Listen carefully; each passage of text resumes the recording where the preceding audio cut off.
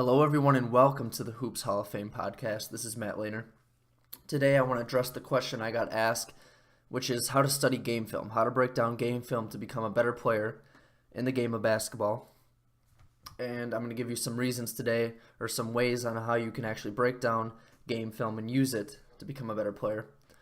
The first obvious way that you break down game film is to figure out the mistakes you made, and how to correct them. This is obviously the biggest thing that we do in life in general. When we make mistakes, we want to actually address them and then figure out how we can correct them to not make the same mistakes again.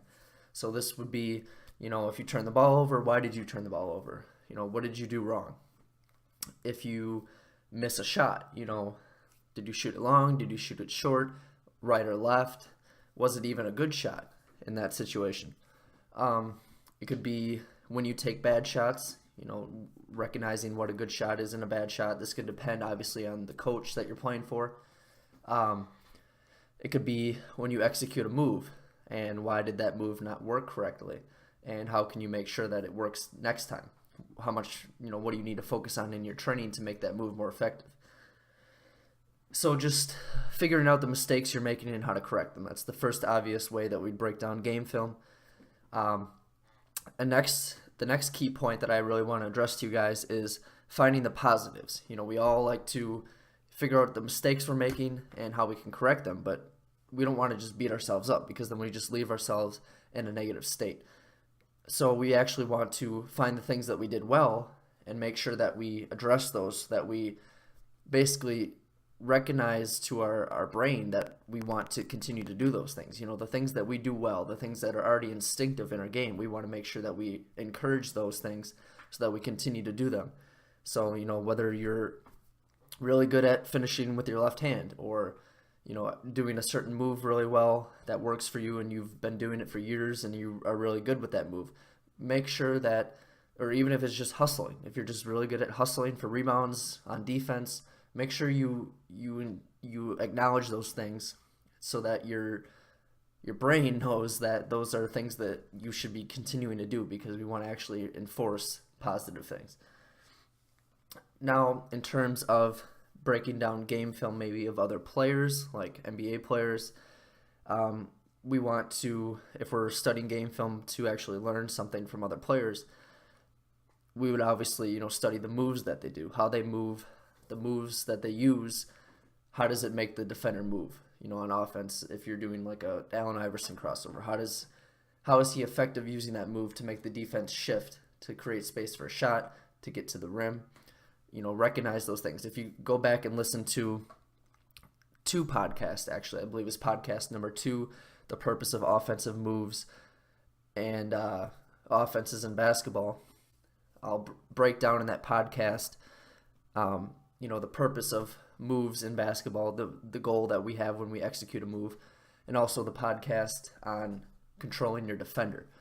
If you go back and listen to those two podcasts, you'll have a better understanding of what I'm talking about here. But when we execute moves and we break down moves of other players, we're trying to see how it makes those specific moves make the defender move, meaning that how it creates space to get our shot off, how it makes the defender shift either right or left to get by them, or whether it makes them lunge forward so we can go by them. We want to actually see how these moves are effective at making the defense move, so that we can go out and practice these moves and use it ourselves in our own game.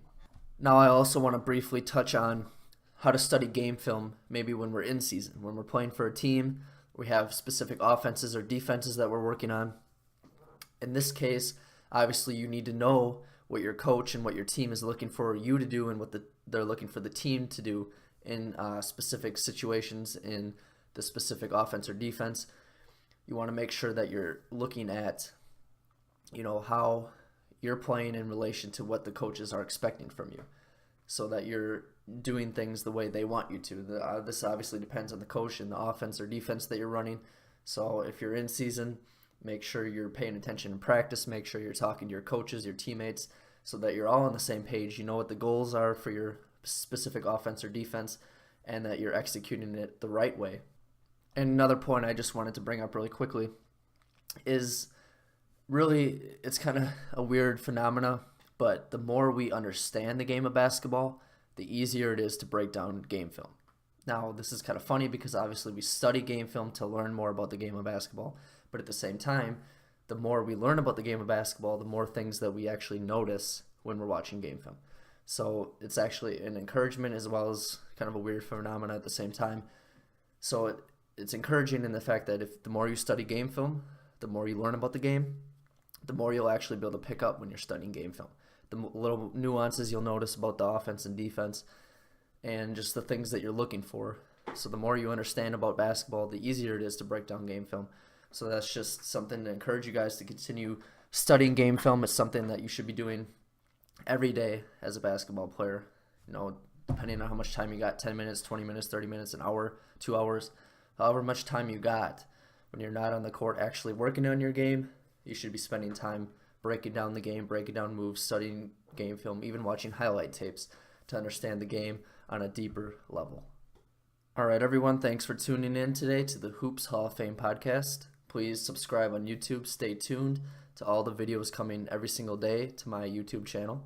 And I'll talk to all of you again tomorrow on the Hoops Hall of Fame podcast.